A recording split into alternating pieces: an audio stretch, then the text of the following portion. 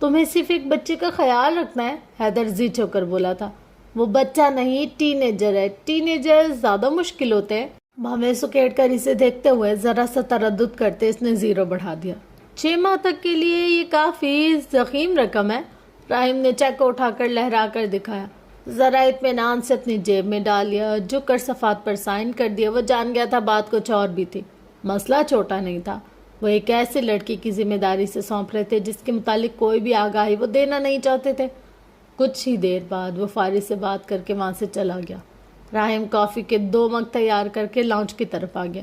تعارفاتی مراحل سے بھی تو گزرنا تھا۔ بھاپ اڑاتے مگ اس کے ہاتھوں میں ہی رہے۔ وہ لڑکا آتش دان کے سامنے والے صوفے پر اپنے کوٹ، مفلر، دستانے، جوتے سمیت سو گیا تھا۔ سفری تھکاوٹ اس کے چہرے سے عیاں تھی۔ گریٹ! اس نے پہلے ایک کپ سے گھونٹ لیا، پھر دوسرے سے، پھر باری باری دونوں مگوں سے گھونٹ لیتا سیڑھیاں چڑھ گیا۔ کیا اس نے کافی بنانے میں زیادہ وقت لگایا تھا؟ ابھی تو وہ ناشتے کے بارے میں بھی پوچھنے والا تھا۔ گھوم کر راہداری کے آخر میں کونے پر دیوار کے پاس لٹکے ایک سنہری پنجرے کے پاس چلا گیا۔ اندر طوطا تھا۔ بائیں طرف اس کا کمرہ تھا، بڑا بڑا سا RA لکھا ہوا نظر آ رہا تھا، ڈینجر زون سرخ رنگ میں۔ پچھلے سال اس نے بگونیا ہاؤس کے کچھ کمرے کرائے پر دیے تھے اور تب بھی کسی بھی قسم کی بیرونی مداخلت سے بچنے کے لیے دروازے کو ایسا شاہکار بنا ڈالا تھا۔ اب تو گھر خالی تھا اور اس کے مزاج سے عاجز آ کر کوئی رہنا بھی نہیں چاہتا تھا۔ اس نے اپنے کمرے کا بکھیڑا سمیٹ ڈالا، چارٹ بورڈ، کارڈ بورڈ، تصاویر، اخبارات کے تراش دیے، میگزین کے صفحے سے لی جانے والی معلومات اور جانے کیا کچھ الماری میں لاک کر کے رکھ دیں۔ کچھ صفحے آگ میں جھونک کر جلا دیے، کچھ چیزیں ڈسٹ بن میں پھینک دی۔ ذہن میں بہت کچھ چل رہا تھا۔ زور سے وارڈروب بند کرتا بڑبڑا کر برابر والے کمرے میں چلا گیا۔ جلدی جلدی کچھ غیر ضروری چیزیں سمیٹ کر اسے رہائش کے قابل بنا دیا۔ کمرہ ویسے بہتر تھا، بس صفائی نہیں کی ہوئی تھی۔ اپنے کام سے فارغ ہو کر وہ ایک بار پھر نیچے آیا تھا تاکہ اس کا سامان بھی کمرے میں رکھ سکے۔ سامان کمرے میں پہنچا کے اس کے بیگ کی ہر طرح کی تلاشی لینے کے بعد وہ اپنے کمرے میں بند ہو گیا اور یکسوئی سے وہ کام کر رہا تھا جو اس لمحے کرنا ضروری ہو گیا تھا۔ گھر کا نیا نام بنگولیا ہاؤس تھا، اس لیے اس میں بگونیا پھول کبھی پروان نہیں چڑھتا تھا، جلد مرجھا کر مر جاتا تھا۔ تو چونکہ اس گھر میں بگونیا پھول کی اتنی اموات ہو چکی تھی کہ اس کا نام راہم نے بگونیا ہی رکھ دیا تھا۔ دوسری منزل کی گیلری میں اس نے بے انتہا خوبصورت پھول لگا رکھے تھے اور وہ ان کا بہت خیال بھی رکھتا تھا۔ ایک طوطا بھی تھا اور باقی وہ خود بھی تھا، اور اب ایک فارس نامی لڑکا تھا۔ اس پراسرار سے خاموشی اور بے انتہا تجسس بھی تھا۔ وہ لڑکا راہم سے کوئی بات نہیں کرتا تھا، اس کے کسی سوال کا جواب نہیں دیتا تھا۔ ناشتہ، دوپہر کا کھانا اور شام کے کھانے کے سوا وہ کمرے سے باہر نہیں آتا تھا۔ وہ رج کے اسے ایسے نظر انداز کر رہا تھا جیسے برابر والے گھر کی فلورا گرانٹی سے کرتی تھی۔ گھر میں واحد ایک طوطا ہی تھا جس سے راہم باتیں کرتا تھا، پورے گھر کے چکر لگاتا تھا۔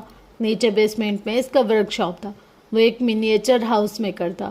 اس کی ایک ویب سائٹ تھی اور وہ اس پر آرڈر پر وکٹورین طرز کے گھر بناتا تھا۔ زیادہ تر وہ بیسمنٹ میں ہوتا تھا۔ اوپر آتا تو فارس اسے یا تو اپنے کمرے میں ملتا یا پھر سیڑھیوں پر بیٹھا ہوتا۔ دونوں کے درمیان باقاعدہ طور پر کوئی بات نہیں ہوتی تھی۔ اسے کبھی کبھار گمان بھی ہوتا تھا کہ اس نے حیدر کے ساتھ ہونے والی اس کی تمام گفتگو حرف بحرف سن لیے، تب بھی خود کو ایک ہال میں بند کر کے لب سی لیے، جیسے اسے ڈر ہو کہ اگر وہ راہم کے ساتھ بات کرے گا تو اس سے سارے راز افشاں ہو جائیں گے۔ لیکن یہ محض اس کا خیال تھا۔ اس کے چہرے کے تاثرات کو سمجھنا بھی راہم کے لیے مشکل تھا۔ وہ فارس سے کوئی بات کرنا بھی چاہتا تو وہ جواب نہیں دیتا تھا، سنی انسنی کیے رخ موڑ لیتا، اپنی جگہ سے اٹھ جاتا۔ اس کی آنکھیں کسی نہ کسی سوچ میں غرق رہتی، اس کا ذہن کہیں نہ کہیں بھٹکا ہوتا۔ کھانا کھاتے اکثر وہ رک جاتا، کبھی پہلے چند نوالے کے بعد اور بھی بیچ میں ہی چھوڑ دیتا۔ کمرے میں اس کی ہر ایک شے اپنی جگہ پر ہوتی، تھوڑی سی بے ترتیبی کسی بھی شے میں نظر نہیں آتی تھی۔ رات سوتے وقت کمرے کی لائٹس مکمل آن ہوتی تھی، دروازہ بھی وہ اندر سے لاک نہیں کرتا تھا۔ اس کے روزمرہ کے معاملات کو پرکھتے سمجھتے وہ چھمبے میں پڑ گیا۔ بھلا ایک بے ضرر سے بچے سے اعظم شیرازی کو کیا خطرہ ہو سکتا ہے؟ پھر اسے یاد آیا یہاں وہ اس کی حفاظت کے لیے بھی تھا۔ بات کچھ اور تھی، معاملہ سچ میں کچھ اور تھا۔ کھانے کے بعد اسے کچھ میڈیسن لیتے دیکھ کر اس نے وہی میڈیسن اٹھا کر دیکھی۔ پوسٹ تھریکٹومیکل پین کے لیے؟ کیا اس کی ہارٹ سرجری ہوئی تھی؟ بھویں اچکا کر سوچا۔ دوسری چند ادویات ڈپریشن اور انزائٹی وغیرہ کے لیے تھی۔ حیدر مسلسل اس کے ساتھ رابطے میں تھا، روزانہ کی رپورٹ وہ اسے دیتا تھا۔ وہ اس کے رویے کے بارے میں جاننا چاہتا تھا اور راہیم کو سمجھ میں نہیں آتا تھا اسے کیا کہنا چاہیے۔ محض ایک خاموشی سے وہ اس کی سوچ کا اندازہ کیسے لگا سکتا تھا، اس کے ذہن میں کیا چل رہا ہے، اس تک کیسے پہنچ سکتا تھا۔ صبح سویرے ہیری کے پنجرے کی صفائی کر کے وہ اسی شش و پنج میں ٹہلتا پھر رہا تھا جب دروازے کی گھنٹی بجی۔ آگے بڑھ کر دروازہ کھولا تو سامنے 10 سالہ اسپائڈر مین اور 11 سالہ بیٹ مین کھڑے تھے۔ اس نے بے اختیار اپنی آنکھیں گھمائی تو انہوں نے اپنے ماسک اتار کر مسکراہٹیں دکھائی۔ ہاتھ میں ایک ڈبہ تھا، اس میں بہت ساری چاکلیٹس تھی۔ جیمز اینڈ ولیم دونوں نے اپنے اپنے سینے پر لگے بیجز کی طرف اشارہ کر کے تعارف کروایا۔ کہاں سے آئے ہو؟ چاکلیٹس لیتے ہوئے پوچھا انہوں نے۔ سڑک کے اس پار سرخ باڑ والے گھر کی پچھلی جانب اشارہ کر دیا۔ وہ نئے گھر میں اسی لیے شفٹ ہوئے تھے۔ تم لوگوں کو کسی نے بتایا نہیں کہ وہ گھر ہانٹیڈ ہے؟ ریئلی؟ راہیم جو خوف بھرے تاثرات دیکھنے کا مطمئن تھا سر جھٹک کر رہ گیا۔ نام کیا بتایا تم نے؟ اسپائڈر مین دوبارہ نام بتانے لگا کہ اس نے ہاتھ اٹھا کر روک دیا۔ پڑوسیوں کے بچے درد سر ہوا کرتے تھے۔ ٹینشن نمبر 1، راہیم نے ہاتھ جھاڑ کر جیمز کی طرف اشارہ کیا، یہ اس کا نام طے ہوا تھا۔ ٹینشن نمبر 2، دوسرا اشارہ ولیم کی طرف تھا جو ہونک بنائی سے دیکھ رہا تھا۔ دونوں کے نام طے کر کے وہ اندر چلا گیا۔ یہ ابھی اس نے کیا کہا؟ ایک بھائی نے دوسرے بھائی سے پوچھا۔ جیمز نے لب بھینچ لیے، گردن اندر کر لی۔ سامنے ہی وہ اوپن کچن ٹیبل پر برتن خالی کر رہا تھا۔ گہری سانس لے کر خالی ڈبہ ان کے حوالے کر دیا۔ جیمز نے باکس کھول کر دیکھا کہ شاید اس میں کچھ ہو کہ برابر والی مسز گرانٹ نے تو کافی ساری کوکیز ڈال کر دیے تھے، مگر یہ کوئی بہت ہی کنجوس قسم کا پڑوسی تھا۔ خالی ڈبہ دیتے ہوئے اسے کوئی شرم بھی نہیں آئی۔ اپنی ممی سے شکریہ کہنا۔ کہہ دیں گے، وہ جل کر بولا۔ پھر دونوں اپنے گھر چلے گئے۔ مام، اس نے کہا ہمارا گھر ہانٹیڈ ہے، جیمز نے فکر مندی سے اپنی ماں کو بتایا۔ جس کے تم دونوں جیسے بچے ہوں، اسے بھلا ہانٹیڈ ہاؤس سے کیا ڈر؟ مسز اینڈرسن گہری سانس لے کر گروسری کی لسٹ بنا رہی تھی۔ جیمز اور ولیم اپنا پڑوس جاننے 4 بار اس سے ملنے آ چکے تھے۔ ایک بار طوطا دیکھنے آئے تھے، دوسری بار ہانٹیڈ ہاؤس سے متعلق معلومات چاہیے تھی، تیسری بار ولیم کو مسٹر ویلتھ اسمتھ کے بارے میں پوچھنا تھا۔ اسے ان کا گھر باہر سے بہت اچھا لگا تھا۔ چوتھی بار وہ اس سے اپنی کوئی کہانی ڈسکس کرنے آئے تھے اور ہر بار باوجود کوشش کے بھی وہ انہیں گھر سے نکال نہیں سکا۔ دروازے پر بڑا بڑا ڈینجر بورڈ لگانے کا کوئی فائدہ نہیں ہوا تھا کہ اس سے جیمز اور ولیم جیسی مخلوقات زیادہ اٹریکٹ ہوتی تھی۔ چوتھے دن ان کا اسکول شروع ہوا تو اس نے بھی سکھ کی سانس لیتے گھر کی تمام کھڑکیوں پر پردے ڈال دیے، دروازہ بند کر دیا۔ یونیورسٹی دوستوں کے ساتھ جوائن اسٹڈی کا پروگرام تھا، 7 بجے نکلنا تھا۔ ایک بار پھر سر اٹھا کر سیڑھیوں کی طرف دیکھا۔ فارس آج نیچے نہیں آیا تھا؟ اسے حیدر کی بات یاد آئی۔ اس کا حکم بھی؟ بالوں میں ہاتھ پھیرتے اس کے کمرے میں گیا۔ وہ رائٹنگ ٹیبل پر ہی کوئی کتاب کھولے بیٹھا تھا۔ اس نے بتایا وہ 2-4 گھنٹوں تک واپس آ جائے گا۔ فارس نے اسے کوئی جواب نہ دیا۔ وہ کچھ دیر تک اسے دیکھتا رہا، پھر سر جھٹک کر چلا گیا۔ 4 گھنٹوں کا کہہ کر وہ 1.5 گھنٹے بعد ہی واپس آ گیا تھا۔ اس کا سر گھوما ہوا تھا۔ میرے اپنے 100 کام ہیں، اب میں ہر وقت اس کے ساتھ باؤنڈ ہو کر تو گھر میں نہیں بیٹھ سکتا۔ تم کیا چاہتے ہو، میں یونیورسٹی بھی چھوڑ دوں؟ رک کر کچھ سنا، لہجے میں غصہ آ گیا۔ ہمارے درمیان یہ طے نہیں ہوا تھا۔ چند لمحوں کا توقف کر کے پیشانی مسلی۔ تمہیں چاہیے تھا پہلے اسے کسی نفسیاتی ڈاکٹر کو دکھاتے، پھر میرے پاس چھوڑتے۔ وہ کوئی بات ہی نہیں کرتا تو میں کیا کہہ سکتا ہوں؟ فون پر کسی سے بحث کرتے اس کی نظر فارس پر پڑی تو رک گیا۔ وہ سیڑھیوں پر بیٹھا تھا۔ اسے ایک دم سے اپنے جملے کی سنگینی کا اندازہ ہوا۔ کال کاٹ دی۔ فارس اٹھ کر اپنے کمرے میں چلا گیا۔ راہیم گہری سانس لے کر رہ گیا۔ لندن میں اس کا 3را ہفتہ تھا۔ ارس عرصے میں وہ پہلی بار باہر نکلا تھا۔ مردہ قدم اٹھاتے چلتا گیا۔ اس کے قریب سے ہی سائیکل کے پیڈلز پر زور زور سے پاؤں مارتی 5-6 سال کی بچی گزر گئی۔ اس نے 2 پونیاں بنا رکھی تھی۔ اس کا فراک گلابی رنگ کا تھا۔ ایک جھلک میں اسے وہ ڈاکٹر مصطفیٰ کی نواسی جنت لگی تھی۔ اس نے نظر ہٹا کر رخ موڑ لیا، اپنے اندر ایک خالی پن سا محسوس کرتے کہیں اور دیکھنے لگا۔ ایسے بہت سے مناظر تھے جو گزرے وقت کا حوالہ ذہن کی تاریکیوں میں روشن کرتے تھے، جیسے بارش کی رات اور بند کمرہ کا تصور اس کے حواسوں پر بھاری پڑتا تھا۔ ایسے ہی بچوں کا شور، مسکراہٹیں، کہکے بھی اسے پریشان کرتے تھے۔ کوٹ کی جیبوں میں ہاتھ ڈالے وہ آگے چلتا رہا۔ اگر راستے میں اسے موسم کے بدلاؤ کا احساس نہ ہوتا، بارش برسنے لگی تو وہ رک گیا۔ مزید آگے بڑھنا مشکل ہو گیا تھا۔ اس نے واپسی کا رخ کر لیا تھا، لیکن بگونیا ہاؤس تک پہنچنے سے پہلے اس کی نظر دور سے اس عالیشان گھاری پر پڑی تھی جو ابھی ابھی وہاں کا رکی تھی۔ اس نے حیدر کے ہمراہ اعظم شیرازی کو نکلتے دیکھا تھا، چھتری کے سائے میں بیرونی دروازے کی طرف بڑھتے دیکھا تھا۔ وہ الٹے قدموں پیچھے ہٹا، سڑک کے اس پار ایک طویل گلی کے دامن میں دیوار سے لگ کر کھڑا ہو گیا۔